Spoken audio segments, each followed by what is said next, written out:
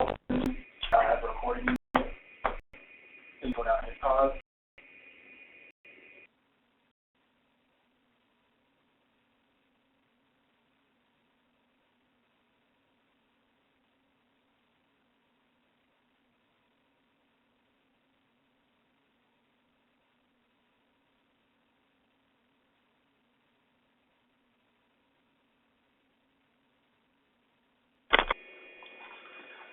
Good afternoon, everyone. This is Chuck Self, Chief Investment Officer for iSectors. I'd like to thank you for joining us today to discuss the new era of investment management. If you know who iSectors is, we are an asset allocation intellectual property firm serving investment advisors exclusively. We provide 15 different asset allocation solutions, standard brokerage and third-party platforms, and as a resource for financial advisors throughout the country. Joining me today is Laura Gregg, Intermediary Client Development at Northern Trust. This shall last about 25 minutes with questions and answers to follow. Please feel free to ask questions after the presentation. A copy of the presentation will be available on our website tomorrow at www.isectors.com. Just click on the iSectors blog icon and it will take you to a link to access the presentation. I'm pleased to introduce you to Laura Gregg, Director of Client Development at Northern Trust, who is responsible for growing Northern Trust's presence in the intermediary market.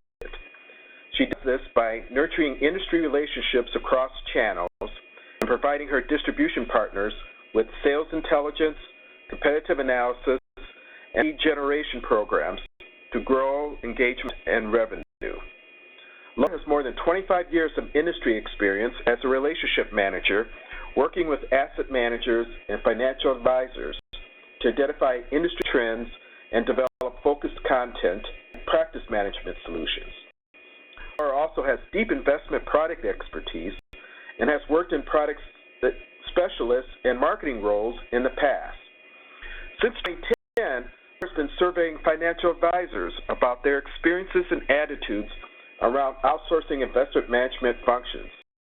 Today, she will share with us details on Northern Trust's latest research and identify key trends she's noticed over time. Thank you, Laura, for joining us. Chuck, thank you very much for having me. I really appreciate the opportunity to speak with your clients and prospects.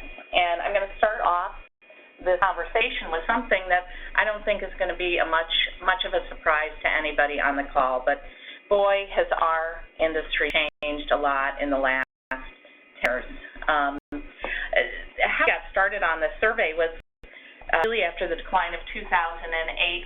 We saw a lot of advisors having difficult conversations with their clients and with themselves. And we saw a real interest in looking at advisors, looking at other ways to manage their clients' assets and looking at external managers as one possible solution. This intrigued us very much as we are from a large organization. Our clients span the globe, and we support asset managers and advisors and many other client types. So we were very curious about this. But we looked to find research on this trend. We really found very little. So that is kind of what started the survey program that's continued through 2016. The industry insights that we've gathered have been very valued by our clients. For people like Chuck, iSectors, it helps them gauge what financial advisors are wanting and needing from an outsourced solution provider. And for financial advisors, both those that use an external manager currently, those who are considering using one in the future, and those that think that they will never use one, it helps them as well to benchmark their practice, to understand what their peers are doing, where they're benefiting, where they're having difficulties. So I really look forward to sharing some of our insights with you today. And you'll see a picture of a white paper that is available, and if you'd like to get a copy of that, please reach out to iSectors. They'd be happy to supply that to you. So the first thing I I'd like to do is talk about what the landscape looks like. And we have been doing this survey, as I mentioned, for 6 years now. And what has really changed is the percentage of advisors who choose an external investment option and those that don't. It's been a 60-40 split. 60% of advisors tend to keep the function in-house, and 50% have used external partners for investment management. And while this has been stable through market events and bouts of volatility and whatnot, we have seen some underlying changes of the 40% who are outsourcing. Early on in our surveys, it was the small and mid-sized RIAs. They were the early adopters of this practice. As time has gone by, we're seeing more hybrid RIAs, those that are duly registered, regional broker-dealers, and bank trust advisors. So what is it that is driving advisors to consider the solution? And, you know, the overwhelming response in our survey from 2010 through 2016 has been to free up time in my practice as the #1 response. Advisors have also stated more specifically that they want to find more time to spend with their clients, more time for business development, and also access to investment strategies that they can't offer as efficiently in-house. Access to alternative strategies is always an answer that comes up in our survey. So what to do now is dig a little bit more into the time issues that so many advisors are challenged with. And we've seen some interesting trends, and this year it seems that the advisors between the $76 million and $150 million in assets under management, those are the advisors that need the most help, need the most time. In fact, 83% of that segment said that time was what they needed from an external provider more than anything, or time that would come by using an external provider. After that, we see a decline until an advisory shop reaches the 1 billion point, and then we see the need for time go up again to about 70%.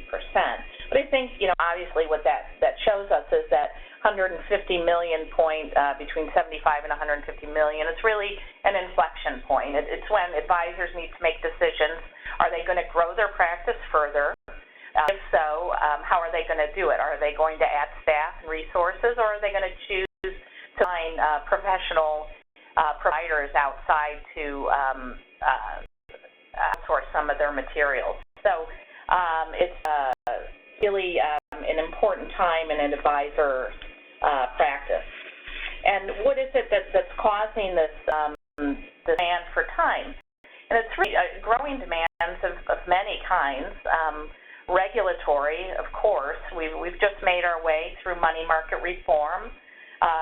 We're kind of making our way through the DOL rule. We don't really know where that's going at this point. But what all of this is doing is it's been shining a light on the importance of advisors and their fiduciary responsibility to clients. And this fiduciary responsibility impacts product due diligence specifically.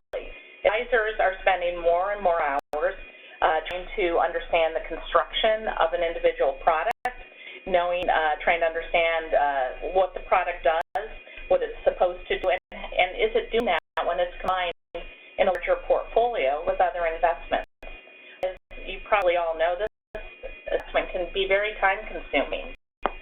Fee compression is another trend, and it's not just fee compression from a product standpoint, but also for advisors who are trying to right-price their business, yet still remain competitive. In addition to these demands, there's client demands, and I think we understand this. We're in a 24/7 world. We want our information, we want it, how we want it, on the device that we want it. And this is really a challenge for advisory firms. They need to consider what technology they're using. Is it the right technology? Are they using social media?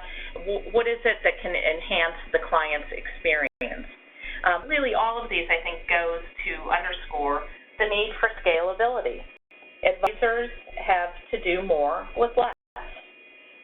Providing excellent service and a competitive investment management capability is a must for advisors. As I'm out talking with financial advisors and as we talk to business owners really of any kind, we talk a lot about focus and talk to our partners and clients where it is that they see that they're adding the very most important value to their clients. And, quite frankly, if you're not adding the most value through managing investments, then we really suggest that you assess the time that you're spending throughout your practice. Make sure you're focusing where you can provide the best value to clients, and leave the other tasks to those who can do it maybe more efficiently and better than you can yourself. Moving on, it's really, time, experience, and creativity, which are crucial to successfully managing client portfolios. And many of the advisors that we speak with, unfortunately, don't have the scale to offer a full range of investment options. So, in some cases, working in part, or sometimes in whole, with an external manager can really complement the in-house capabilities that an advisor offers, while it also can enhance the client experience. Through our survey, advisors have told us that they really want a wider range of solutions than they can provide in-house. And this has been particularly pronounced over the last 7 years or so in the very low interest rate environment we've been in. Advisors that I've spoken with, and some that to us through the survey, have said that they've found creative options for creating income through external providers that truly adds the value for their clients. Some other benefits that advisors cited that they realized by outsourcing were opportunities for improved investment results, support tactical allocation, tax management, and institutional quality due diligence and monitoring. And there's a particular advisor who has really helped me out a lot during the survey program. And I would love to share a story with you because I think it's really important on a number of levels. He is somebody who 3 or 4 years ago decided that his expertise was really in building relationships and legacy planning with his clients, and less so in the investment management function. So he found a provider that he works well with that has provided well for his firm and his clients. And so he brings clients into the office as often as he can, and whenever he's able to do that, he'll be in the meeting with them, and he'll stop and he'll look at his computer and he'll look back at the client and say, "Do you know what's going on in the market?" And the client says, "No, what's going on?" And he says, "I don't know either." And then he purposely pauses, and the client looks befuddled, and he says, "I don't know because I'm here with you, and my focus is on you right now. And the good news is that we've got a great professional asset manager that's looking at your investments, that is aware of what's going on in the market in real time, and they're making adjustments to your portfolio as needed." So I think it's a great illustration of him being able to, one, truly know where he adds the most value. It gives him an opportunity to remind his clients of where he's adding value and why it's important, and also to remind them of the business model that he chooses, and makes them aware or reminds them that they've got a professional manager looking out for their investments at the same time. So managing portfolios is so different than it was 20 years ago. No longer are we seeing a 60-40 split of stocks and bonds, and outsourcing can enable advisors to deliver more effective portfolio strategies for their clients. It enables advisors, if they want to be more strategic in providing customized client solutions, whether that's ways of looking at income generation or providing access to ESG, frontier, or other niche strategies. See the table on the slide there talks about the different types of strategies that outsourcing advisors are accessing through their external partners. And you can see there's a very wide range, and we think that's quite exciting to have the array of options when you're considering investment management for your clients.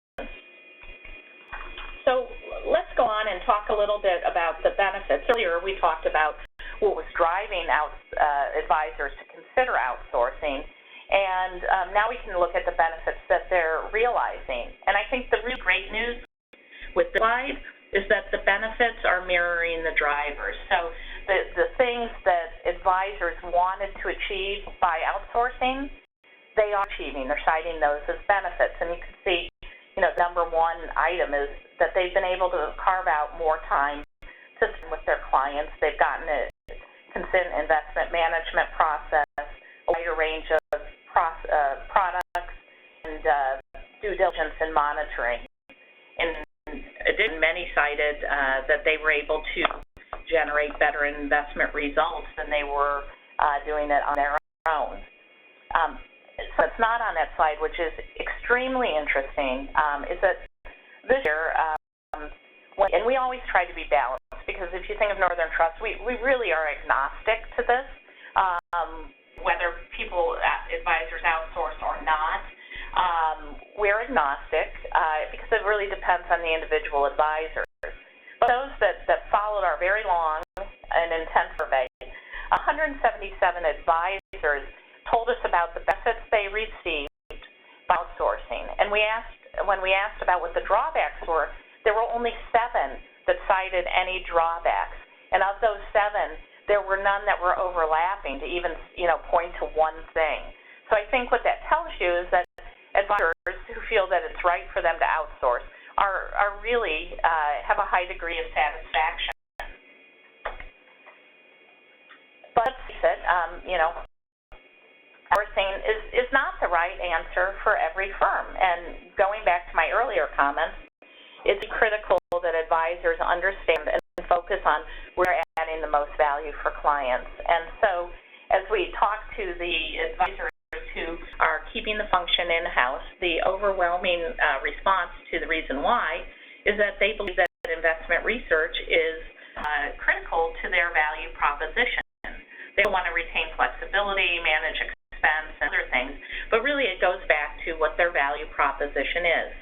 So historically, we've asked this question, and then we've done a follow-up, and we've asked them, what is it that could make you change your opinion? And historically, the response was pretty loud and clear. Absolutely nothing. Nothing will change our opinion.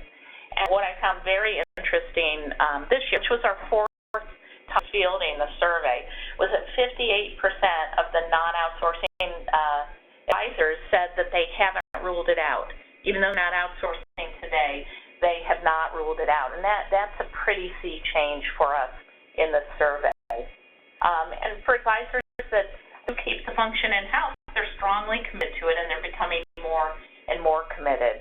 In 2010, they cited spending about 15 hours a week on investment management functions.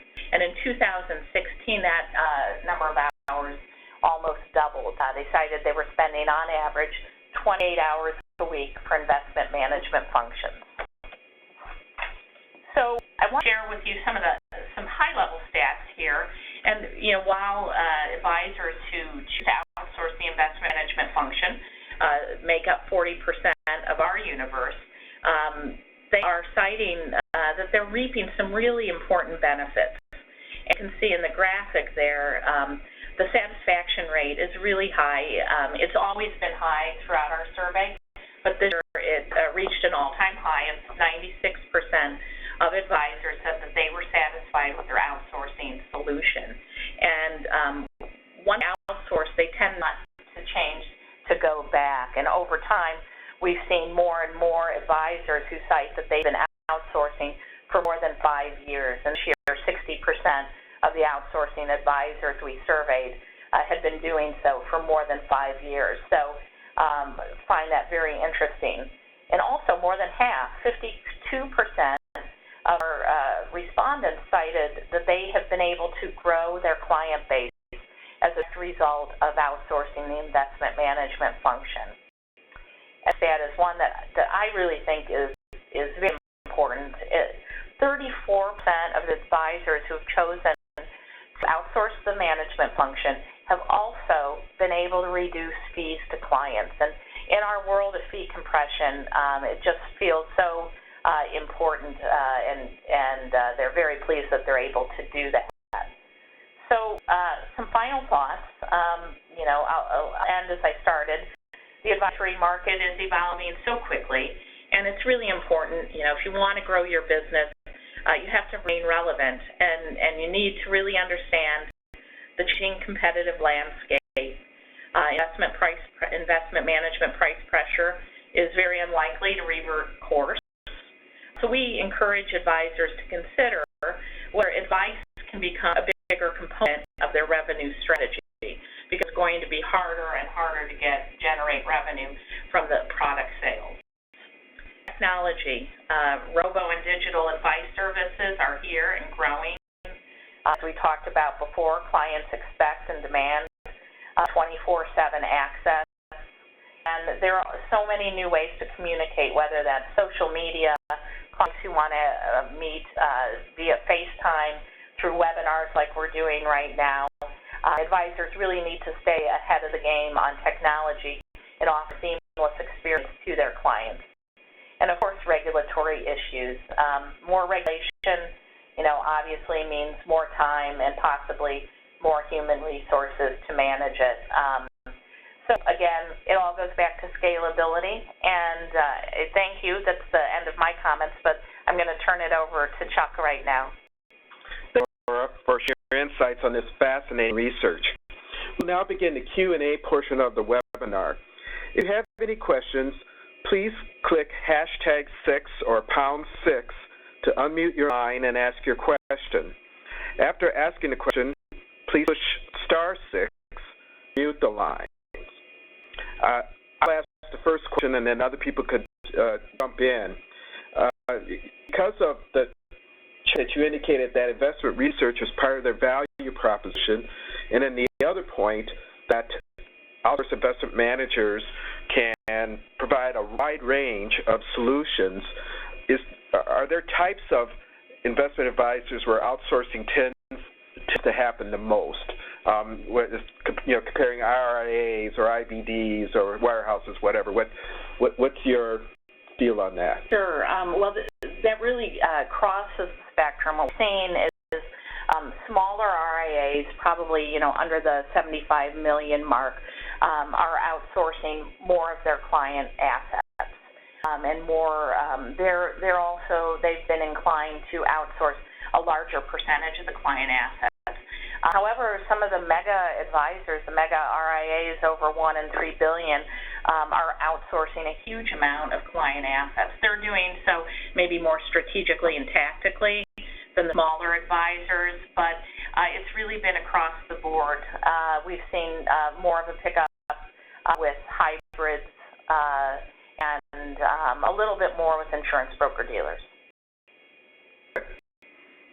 Anyone else wish to ask a question at this time?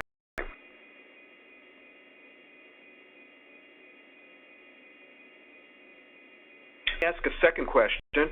If you want to ask a question, please hit #6 or #6 to unmute your line and ask your question. The second question is, as indicated, we're going through this period of fee compression. Do you think that as we move potentially to AUM-based fee to a flat fee or a project-based fee, that this will help accelerate this trend, outsourcing?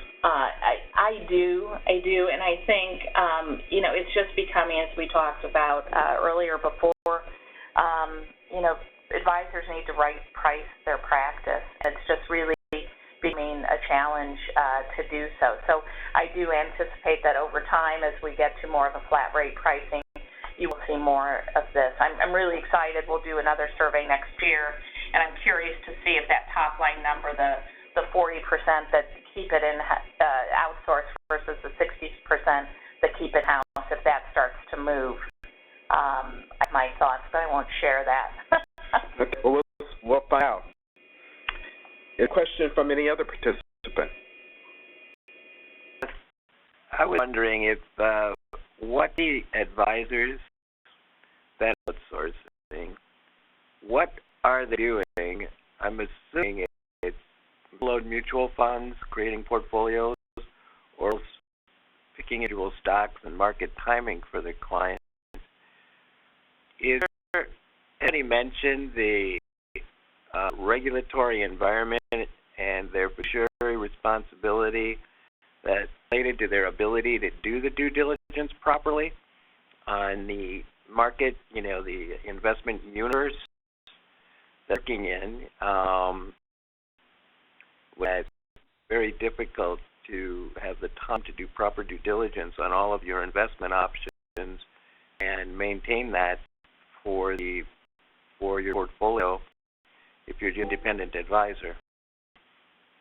Exactly. So we in our survey, we didn't drill down to exactly what they were doing, how they were building portfolios, so I can't speak to that. However, we did ask a number of questions around, so we fielded the survey in June of 2016, and so at that point we were fully expecting an April rollout of the DOL fiduciary rule. So we asked a number of questions around that, and advisors who were not outsourcing, there was a majority of them that said that they might very well reconsider their decision to keep the function in-house based on what happened after the rule came out. But it was that they were taking a wait-and-see attitude.